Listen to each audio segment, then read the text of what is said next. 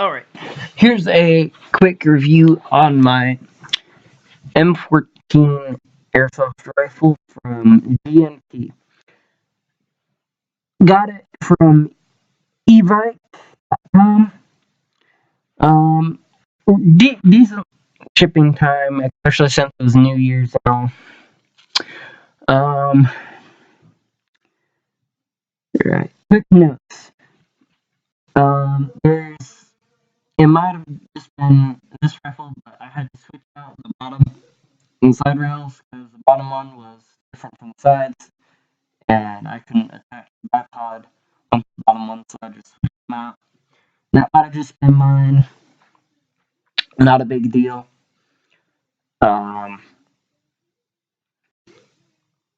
Let's see.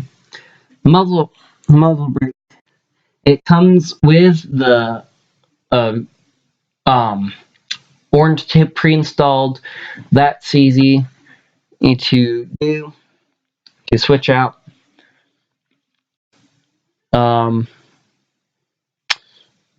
This is the only thing that came in the box, along with this 160 round mid-cap magazine. It does not come with a battery, so Lord. There we go. So it is light poly ready, so you can get a lithium-ion battery with the Deans, or just use a rifle or battery you already have with a Dean's adapter, or have your local Airsoft shop switch out the plug in either the rifle or battery you want to use in it, and still needing Dean's adapter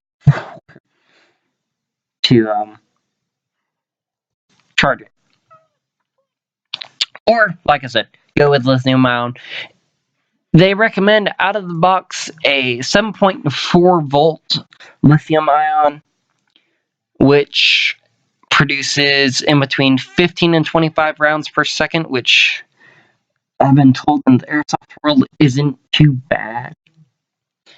I personally don't care too much for rate of fire, just because, well, self-explanatory.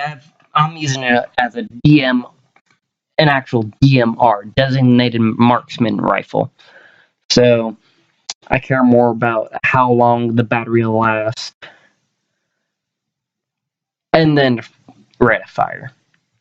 So I've got a 3,600 milliamp battery that'll last quite a while.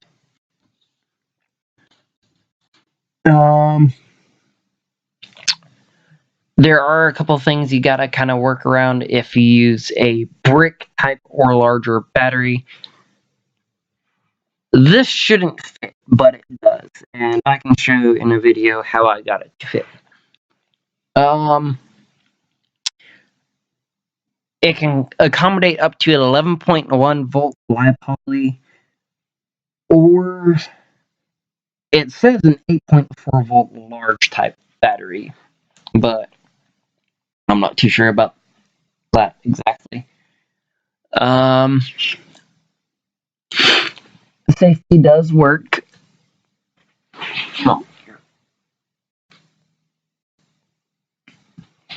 Operating rod handle does come back, and the bolt does move. Although be careful if you try and lock it, because that may come ajar. Because this is its separate pieces, just a piece of metal. So if you try and lock it, you can technically lock it. Kind of not really supposed to, but still. I've got a bipod on here. It's kind of a cheap one. As you can see, it likes to rock back and forth, but I kind of don't care. I've got 3 high-capacity 400 round mags for it. I'll still use the mid-cap, but I personally like the highs better.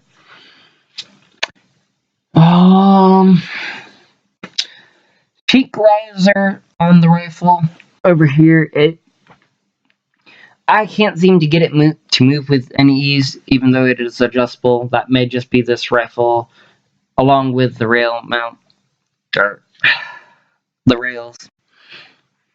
But that's not really a reason not to buy the rifle. It's actually a really nice rifle, especially for the price. I've got the scope mount. For this particular one, I don't know if, again, it might have been just this rifle. It might be all of them. I'm not sure. I'm not going to condemn it. But, the screw on the other side of this, the threading on the screw hole, it kind of doesn't line up with the knobs for the kit. So this and this, the threads are, it may just be from paint, I'm not sure. But I had difficulty trying to get it actually mounted because of threading issue. So what I would suggest is look at the threads on the bolts. Find another screw or bolt or something that has that similar thread, because it is the same thread, it just needs work.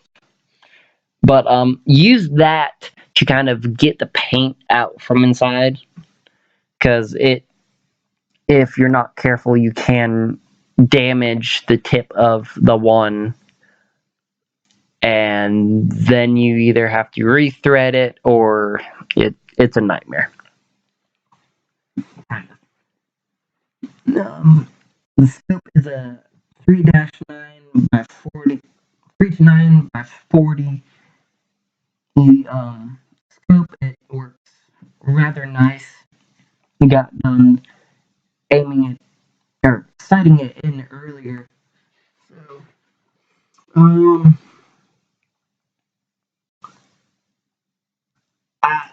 I really don't have anything to say bad about this rifle. It is a nice rifle. If you like the realism, the operating rod handle does work as I demonstrated. The trigger housing group, after you have the mag out, you can actually disassemble this and pull it out. And that's actually really nice, because I wasn't expecting that. I thought all this came out with the receiver or operator rod handle bolt, all that. When you took it apart, it doesn't. You actually have to take this apart, take this off, before you can actually finish disassembling the rifle, which is pretty cool. And I can show a video of that later.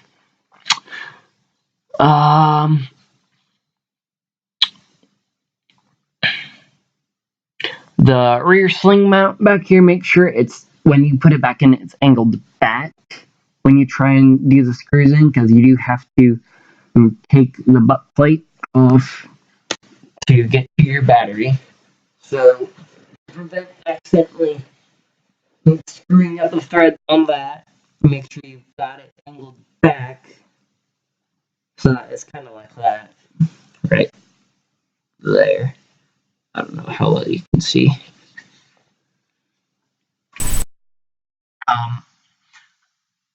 What I'm gonna do with it is I'm gonna upgrade the inner barrel so that it's a tight bore, and I'm probably gonna upgrade the spring just so that it has more FPS.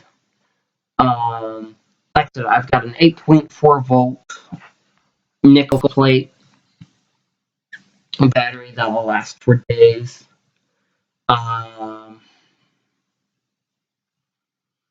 Other than that, I really wouldn't suggest any upgrades. Well, even the spring wouldn't really be needed.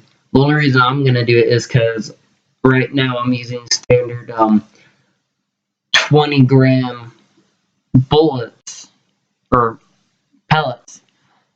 I'm actually going to start using 30 gram. And that's just for personal reason because I want the better accuracy. It's actually pretty accurate. It's got a 6-inch diameter grouping at 100 feet. I'd say it probably have a foot diameter at 200 feet, which it can reach there, even without any upgrades. So that's my personal choice. I can't really suggest anything else. I do suggest, well, obviously get the mountain scoop. Although as soon as I say that, everyone's going to be getting one, and then that's all they're going to run. You got it. Well, probably not. Really awesome rifle. Front and rear sights do adjust to horizontal and vertical. Well, horizontal for the front, horizontal and vertical for the rear.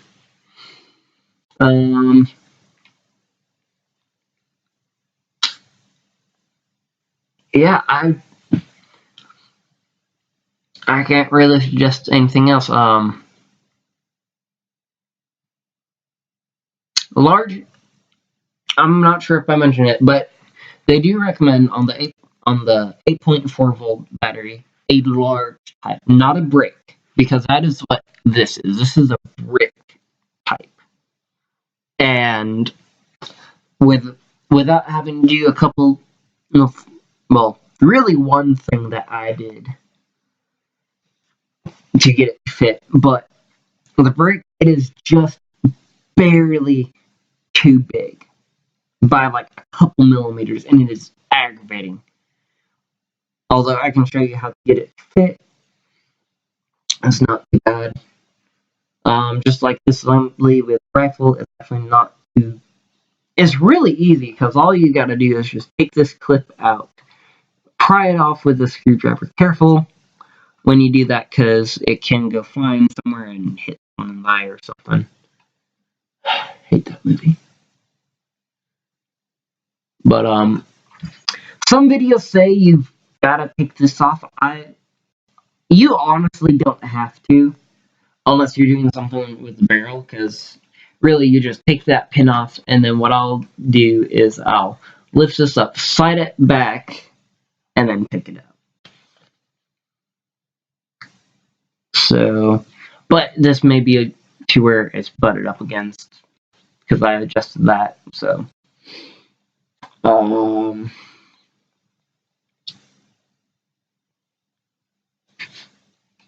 let's see.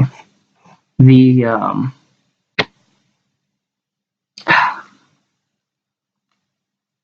gas cylinder muzzle. Gas cylinder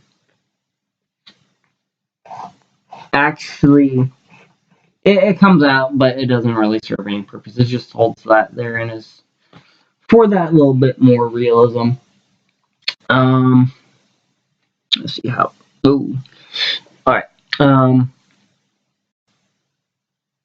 Yeah, I would definitely recommend getting a scope for this. Don't try and use that. I honestly do not recommend that. I actually originally had this up to here. I ended up having to move it back. So if you're going to use a scope on it, other than a reflex, this I would honestly just use, if at all, for like a flip up shield for any mount or anything like this one. Goes nicely on there, so you can do that.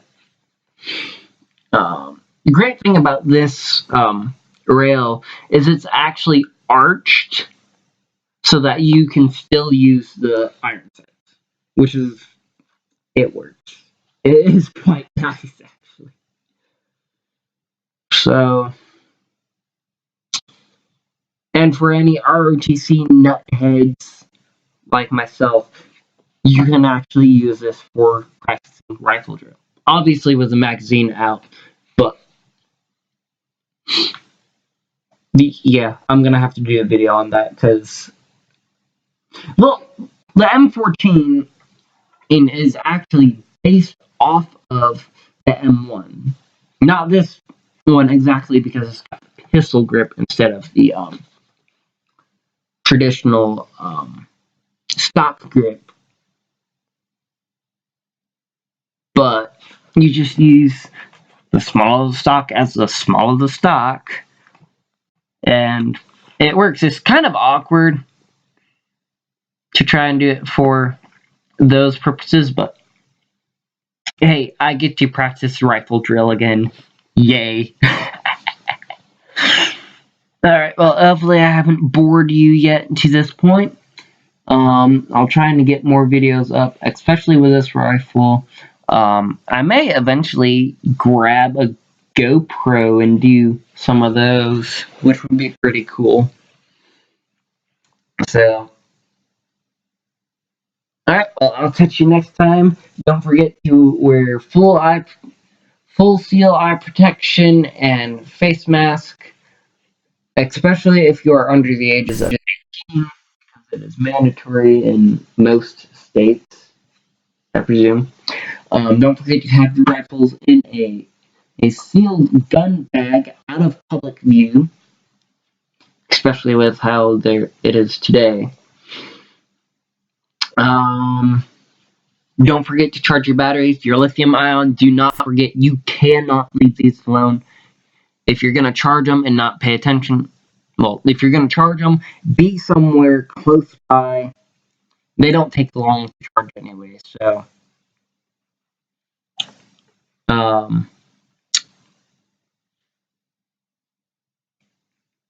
Yeah, be safe and have fun on playing Airsoft.